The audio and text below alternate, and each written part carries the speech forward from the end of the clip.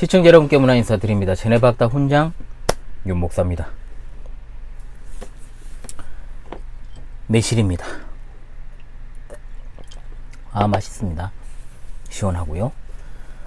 확실히 여러분 날이 조금 그래도 이제 한풀 꺾였다는 거, 무더위가 한풀 꺾였다는 것이 이 정도 시간 놔두면 이 얼음이 다 녹아야 정상인데 안 녹고 있습니다. 아직도 남아 있습니다.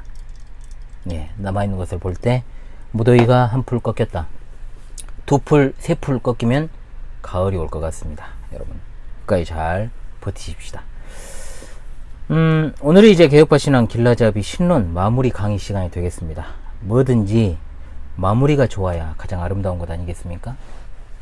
기독교의 신앙은 언제나 제가 늘 강조하는 것처럼 교의 신학 또는 조직 신학의 순서에 따라서 체계적으로 정리될 수 있고 또 정리되어야만 합니다.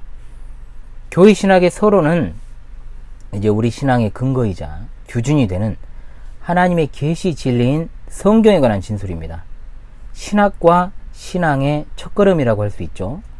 그렇다고 해서 서론 또는 이제 계시론이 기초편에 해당한다라고 무슨 접근하기가 쉽고 또 신학에 있어 쉬운 영역이라고 생각하는 것은 엄청난 오산입니다. 사실 저도 개혁파 신앙 길라잡이 1번 서론을 이제 다루는 것이 가장 어려웠습니다.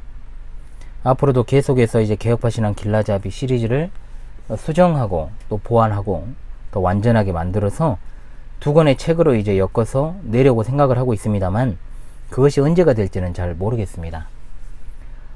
제가 보통 제네박당 한 학기를 수업하기 위해서 강의안을 책으로 만들 때 최소 한 달 반에서 최대 3개월 정도가 걸립니다.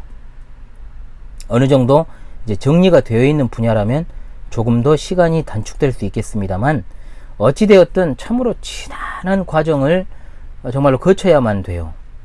그래서 수정 보완해 가지고 개혁파 신앙 길라잡이 내용을 두 권으로 펴내는 데는 아마 한 권당 최소 6개월 정도는 제가 투자를 그대로 해야 그렇게 되지 않을까 싶은데 마음처럼 쉽지 않네요.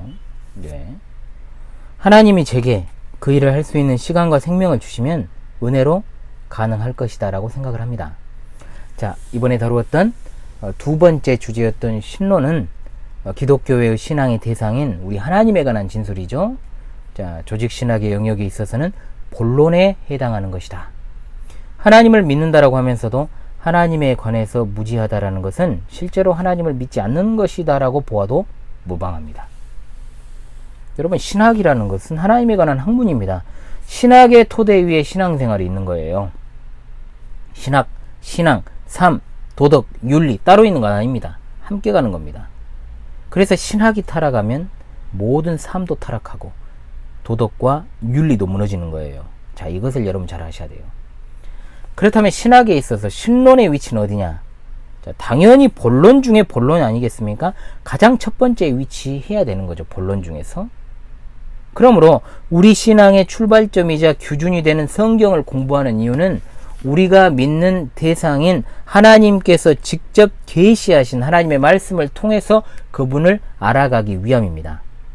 티끌과도 같은 우리는 다만 그분께서 계시하신 성경의 테두리 안에서 극히 제한적으로만 하나님을 이해하고 있을 따름이죠. 물론 구원에 있어서는 충분하지만 그러나 과연 그 극히 제한적인 하나님에 관한 계시지만 그렇게 이야기를 하지만 과연 우리는 알려고 힘써 노력하고 있냐는 말이죠.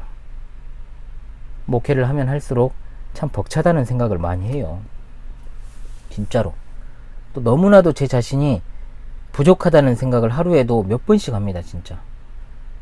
하루에도 몇 번씩 생각을 해요. 어떤 생각을요? 진짜로 과연 내가 할 수 있을까? 할 수 있을까? 끝까지 할 수 있을까?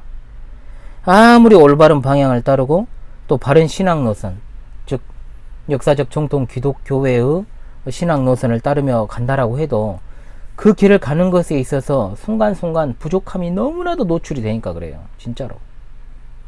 그래서 뭐 공부 좀 더 하고 책 좀 더 읽었다라고 해가지고 제가 목사를 할 수 있는 것은 아니에요. 오로지 정말로 그렇더라고요. 가르치는 자든 가르침을 받은 자든 하나님의 은혜로만 이것을 감당할 수 있다라는 것. 우리가 하나님을 안다는 말 자체가 사실 교만한 말이 될 수도 있지만, 성경을 통해서 하나님을 알아가야 하는 것은 그분의 백성이자 자녀로서의 반드시 해야 될 도리이기 때문에, 의무이기 때문에 오히려 하나님에 관한 계시 진리를 통해서 그분을 알아가기를 거절하거나 또는 게으르고 나태한 태도를 보이는 것이야말로, 진짜 그것이야말로 교만하기 짝이 없고 위험스러운 행동이라는 것을 우리는 알아야 될 겁니다. 왜냐하면 이런 어떤 태도를 보이는 대다수는 객관적인 진리인 성경에 관심을 기울이기보다는 자신의 어떤 주관적인 체험이나 노력을 통해서 하나님을 만나려는 자들이기 때문입니다. 분명히 말씀드리지만 그것은 기독교 신앙이 아닙니다.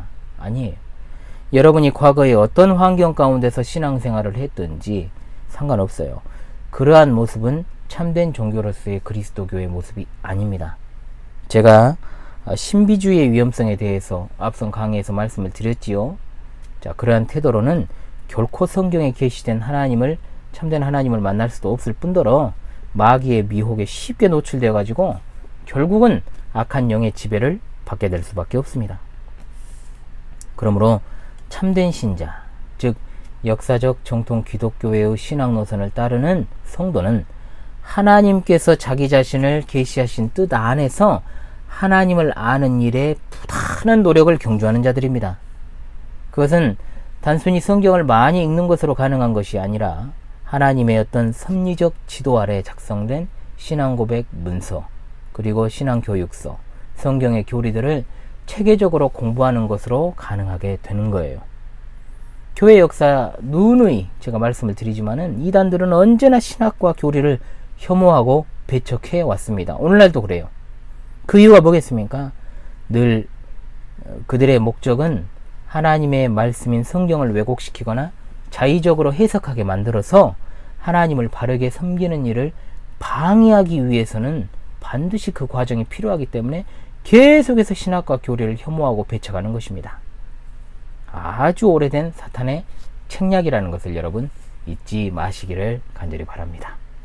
아무쪼록 하나님의 영감된 말씀인 성경을 철저하게 믿는 개혁교회 성도들, 우리 시청자 여러분, 사탄의 교묘한 책략을 파쇄하기 위해서 개혁파 신앙 길라잡이 신론에 관한 이 강의를 잘 들으시고 또 책이 있으신 분들은 또 들고 펴서 읽으면서 이것을 상고하는 일에 힘쓰시기를 바랍니다.